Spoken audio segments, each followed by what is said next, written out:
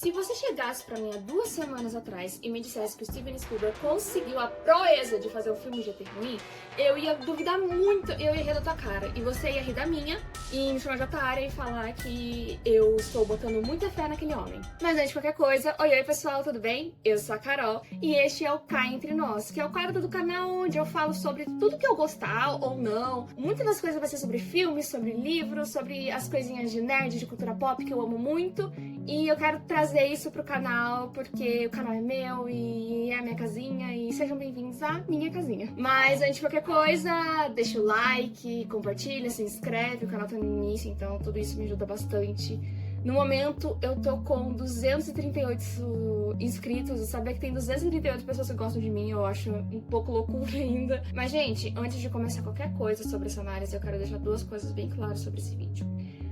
Esse vídeo tem spoilers, eu não separei em parte com e sem spoilers. Eu quero fazer um vídeo análise mesmo, então se você não assistiu, ou você sai agora, mas deixa o like, ou você lida com as consequências das suas próprias ações, tá? Eu só quero deixar avisado.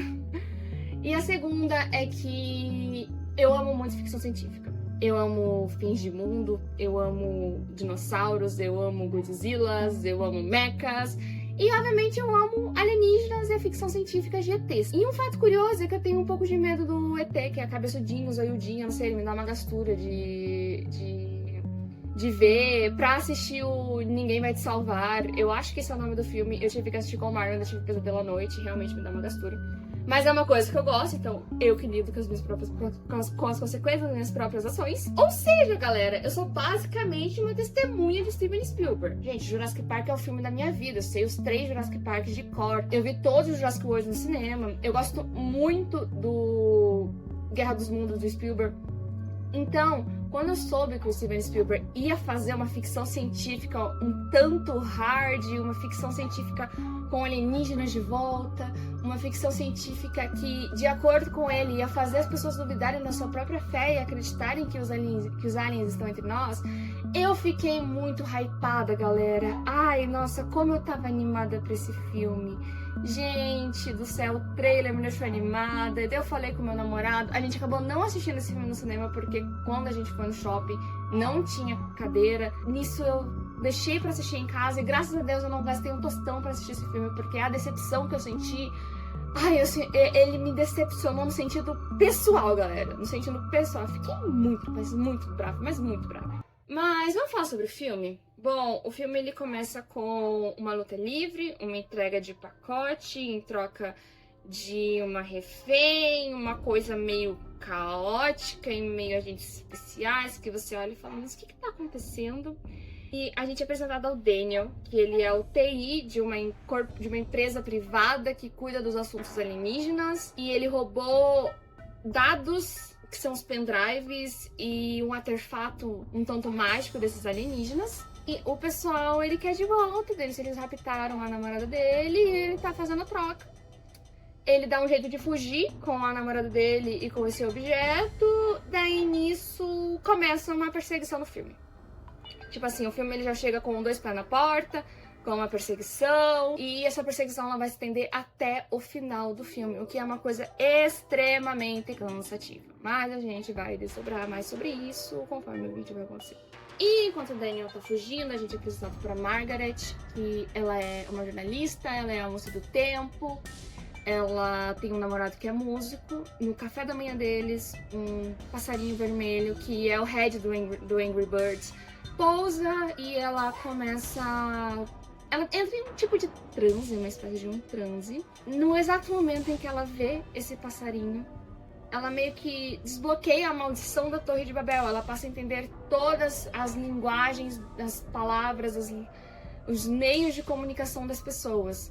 E não é só como se ela entendesse o que elas estão falando, ela também começa a entender a mente delas. É como se ela abraçasse elas por completo, entendesse a linguagem corporal, a linguagem de fala, a linguagem mental dessas pessoas. Ela basicamente, nesse momento, ganha esse poder desse passarinho e conforme o filme vai passando, ela vai enlouquecendo porque ela não tá entendendo nada do que tá acontecendo. E depois, enquanto com esse passarinho, ela vai trabalhar, ela vai dar a previsão do tempo. E na hora da previsão do tempo, ela começa a emitir uns grunhidos. E é exatamente essa mesma cena que tem no trailer.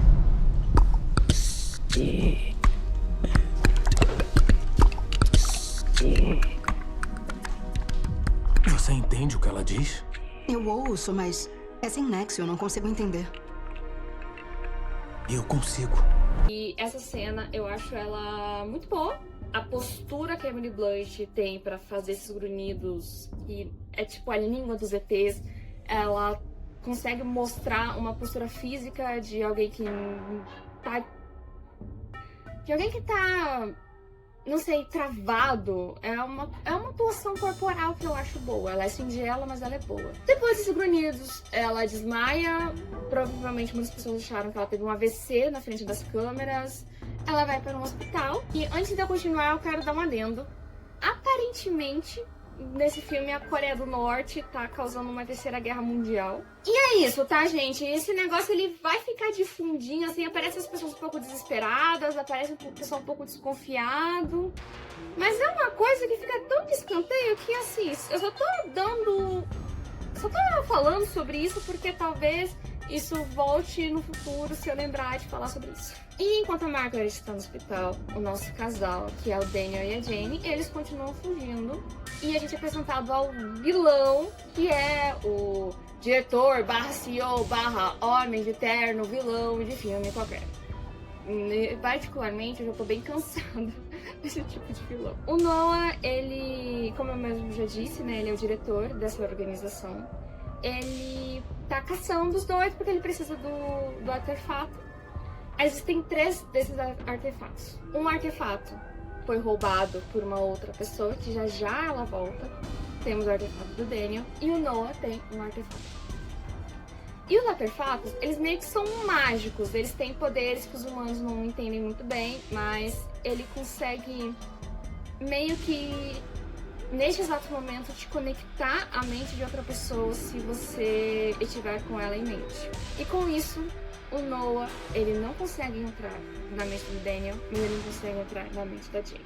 E aqui vem uma cena que eu gostei do filme particularmente, mas é mais devido à minha fé pessoal, aonde o Noah, dentro da mente da Jane, manipulando ela, tem uma conversa muito sincera com ela. A Jane, ela é uma ex-noviça.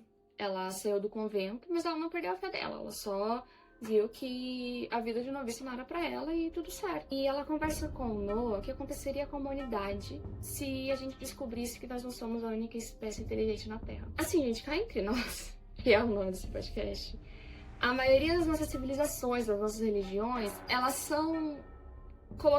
colocam a humanidade em uma forma de centro. Nós temos o Criador, nós temos a criatura. Nós não temos o Criador e as criaturas, nós não temos só as criaturas.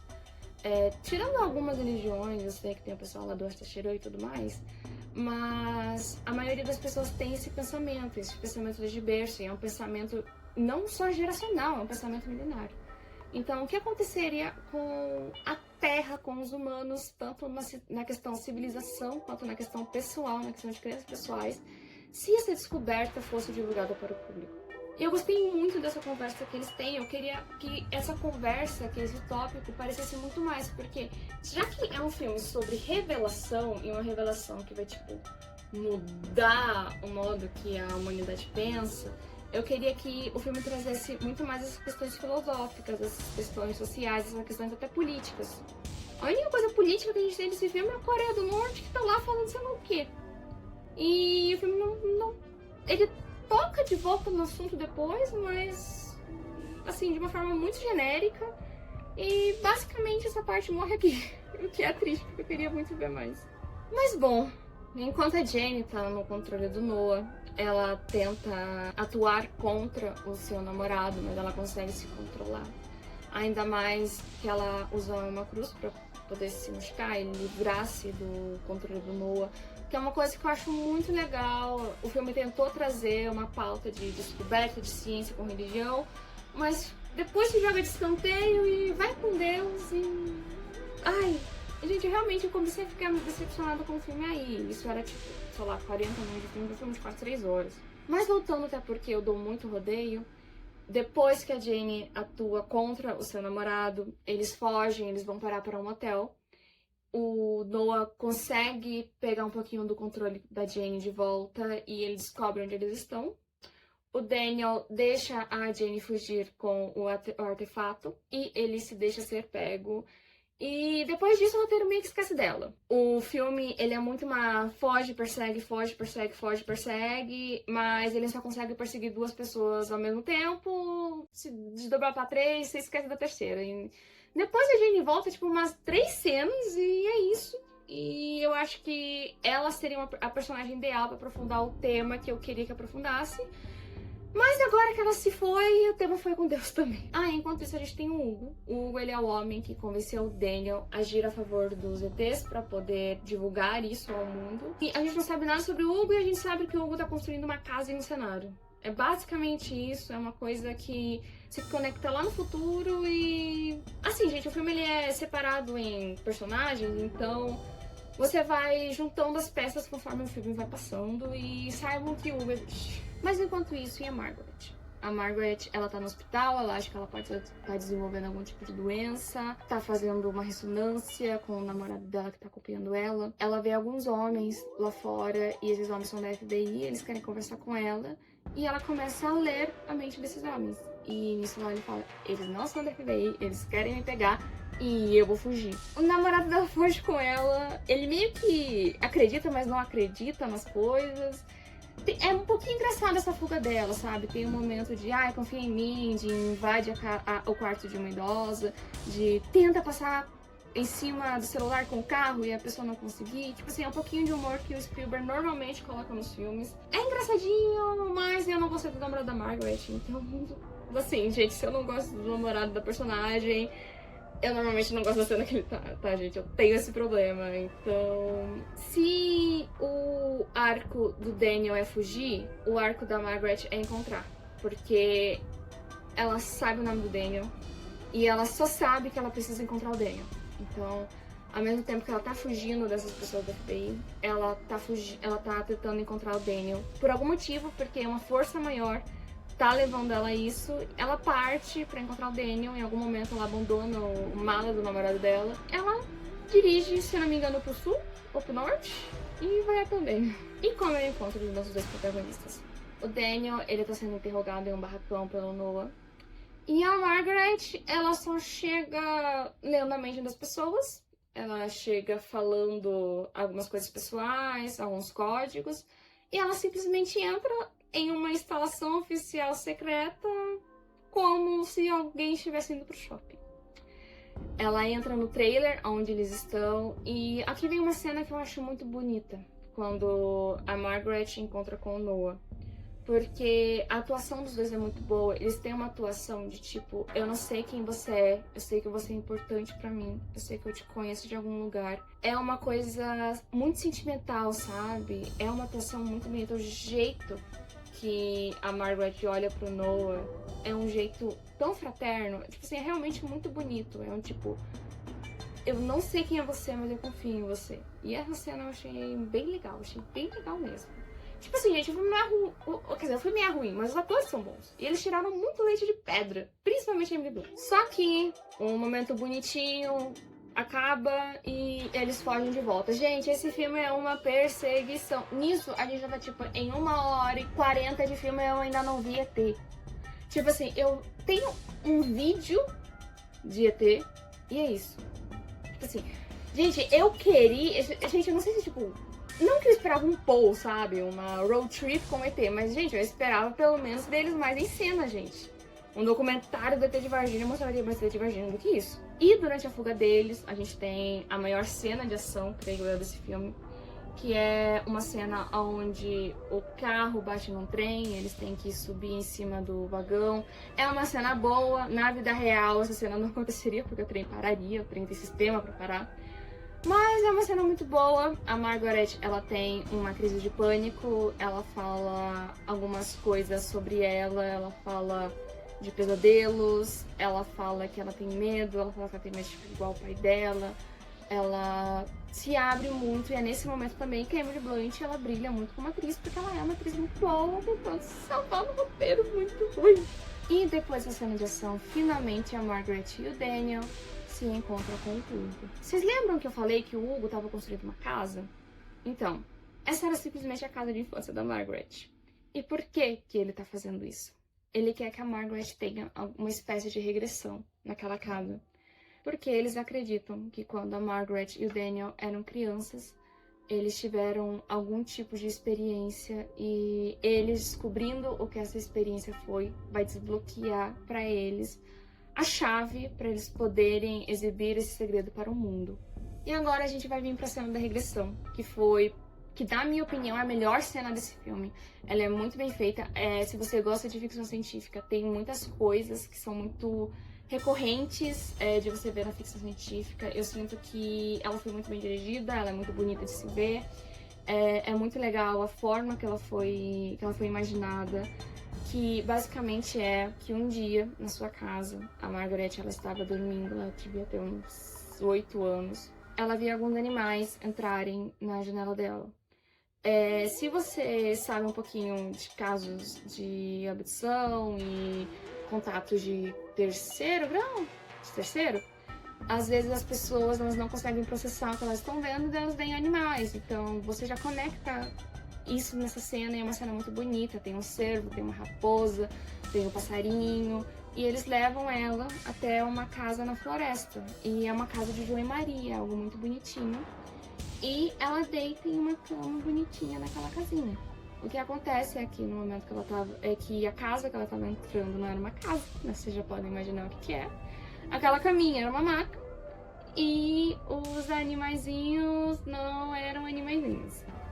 É muito legal essa cena porque tem neve. Na neve você não vê pegadas de animais, você vê o clássico 3 dedinhos assim na neve. E tem uma transição muito boa em que ela vê o cervo e daí a câmera, ela dá uma volta. Gente, o Spielberg, ele é um bom diretor.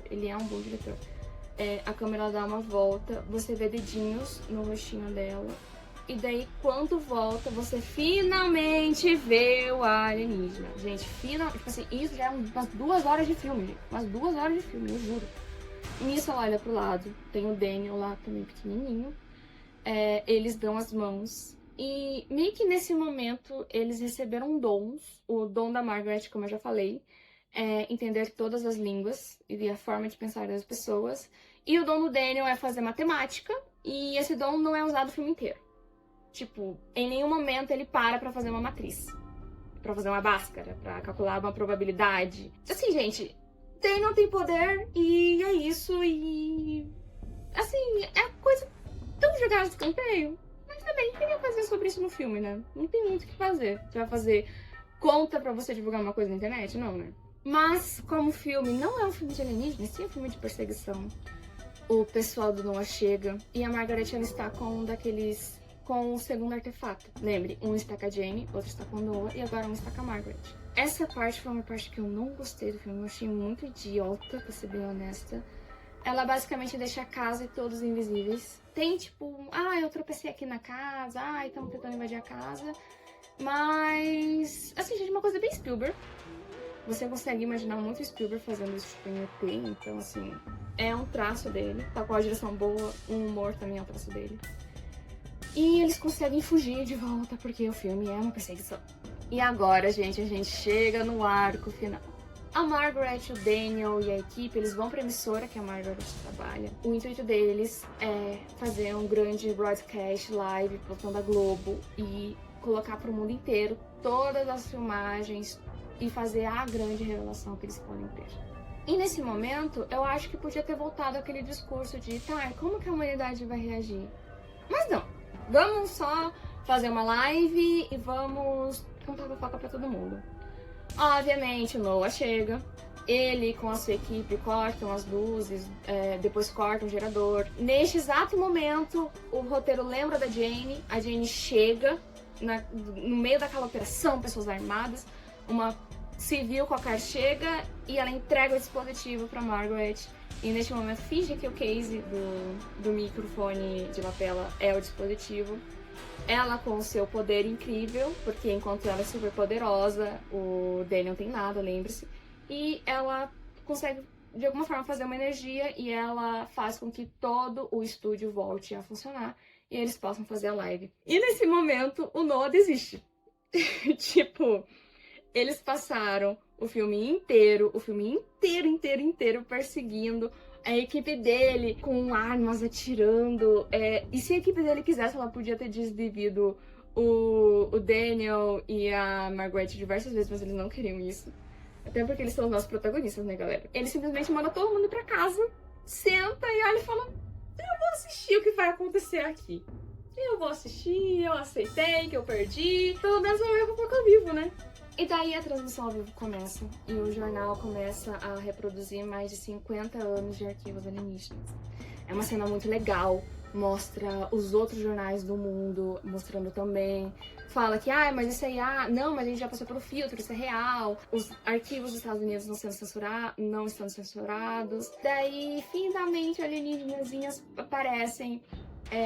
Ou aparecem eles acidentados, porque aparentemente eles não pilotam naves muito bem, porque ou pode vir que bateu nave aqui na Terra, ou eles andandinho no meio de humaninhos. Não, eles são pequenininhos, os humanos já são adultos. Vai aparecendo algumas coisinhas, e daí as pessoas em choque. E enquanto eles estavam na correria pra fazer a transmissão, tinha chegado um caminhão lá. E com esse caminhão, uma coisa em uma cadeira de rodas, em volta de algum tipo de plástico. Neste momento que eu vi essa cadeira de rodas com plástico, eu falei pro meu namorado que se não for um ET naquele negócio, eu vou pausar o filme e eu não vou terminar isso, porque, pelo amor de Deus, eu não vou assistir um filme de ET e só ver ET em gravação. O que é isso? Contatos imediatos do terceiro grau? Não. Gente, esse filme, inclusive, é um filme que me traumatizou na vida, sabia? Eu nunca mais consegui assistir ele de volta. Mas, voltando, essa cadeira de rodas, ela entra no estúdio e eles revelam que tinha um alienígena, zoiudinho, de cabeça grande, de mais de 2 metros de altura. E ele foi pro jornal pra dar uma entrevista. Assim, gente, antes de eu assistir esse filme, eu tinha assistido Devil May Cry da Netflix com o meu namorado, que inclusive eu quero fazer um vídeo sobre isso aqui no canal. E isso me lembrou muito o Virgil indo dar entrevista na TV falando que ele era o representante de Markai. Tipo, eu achei muito performático, sabe? Tipo assim, ao invés de além de eu me revelar pro mundo, eu vou dar uma entrevista aqui, tá, gente? Isso seria a cobertura de maior ibope da história do planeta Terra. Nisso, a Margaret e o Daniel reencontram com o alienígena. Eu não entendi muito se eles tiveram uma reação emocionante, se eles tiveram uma reação de choque. Porque, tipo, ao mesmo tempo que parece que eles têm, tipo, uma conexão emocional... Gente, ainda é o bicho que te sequestrou quando você era criança, né? Então, eu não sei. Mas se eu visse o bicho que me sequestrou quando eu era criança, eu também ficaria em choque. Ele sussurrou uma coisinha no ouvido do Daniel. O Daniel sussurrou uma coisinha no ouvido da Margaret. A Margaret vai na frente das câmeras e no momento que ela vai falar alguma coisa, o filme acaba e é isso que eu digo. Bom, o que eu esperava do filme? Eu esperava que o filme ele trouxesse a questão de o que acontece antes da revelação e do que acontece depois. Tipo, no sentido humanidade. O que seria a humanidade no momento da revelação? O que seria a humanidade uma semana depois da revelação? O que seria a humanidade um ano depois da revelação, sabe? Quais mudanças a gente teria no planeta Terra, na nossa sociedade e nós como humanos? E o filme é basicamente uma perseguição com um finalzinho legal. Gente, o final de Dia D é legal. Se você for assistir esse filme esperando esse negócio da revelação, assiste os últimos 40 minutos assim, finge que é um curta e ó, filmaço do Spielberg. E o que eu achei sobre o filme? Eu achei que ele não entregou o que eu esperava, mas eu também acho que talvez as minhas expectativas foram só minhas e eu coloquei muita expectativa no Spielberg porque ele é um diretor que eu gosto muito. Eu achei o filme muito cansativo, esse negócio de corre, foge, persegue, corre, foge, persegue. Eu achei que o filme, ele matou muito o intuito que ele tinha pra trazer só nessa perseguição, o que foi algo que eu detestei. Mas eu achei a cena final muito boa. Só que quando você vai assistir a cena final, você já tá tão cansado, sabe? Você já tá tão cansada. E por causa dessa minha decepção, eu vou dar uma nota de 4.5 de 10. Talvez no futuro eu ali pense, talvez eu tenha sido injusta, talvez eu queira mudar, mas particularmente eu não acho. Eu acho que esse filme, ele não vai ser um clássico do Spielberg pra mim, ele não vai ser um clássico de ET pra mim. E assim, gente, pra mim um clássico de ET é Sinais, e pra mim Sinais é um filmaço. Mas eu realmente espero que esse não seja o último filme de alienígena do Spielberg. Eu quero que ele faça alguma coisa melhor, eu quero que ele faça alguma coisa mais legal, porque se tem uma pessoa que consegue trazer alienígenas e ficção científica de uma forma um tanto quanto mágica, vai ser ele. A gente deixa o científico mais hard pro Villeneuve. Só tomara que o Spielberg ele se redima comigo, porque eu levei isso muito pro pessoal com esse filme e faça um filme muito melhor, porque eu sei que ele pode. Mas e aí, pessoal? E vocês? Vocês já assistiram o filme? Vocês gostaram? Qual é a opinião de vocês sobre ele? Se você gostou do vídeo e assistiu até aqui, deixa um comentário, nem que seja só um coraçãozinho ali nos comentários. Deixa o like, se inscreve. Se Deus quiser, já vai dar pra ser membro no canal quando você assistir esse vídeo. Então... Mas é isso. Até mais ver. Atenciosamente, Carolina Thomas.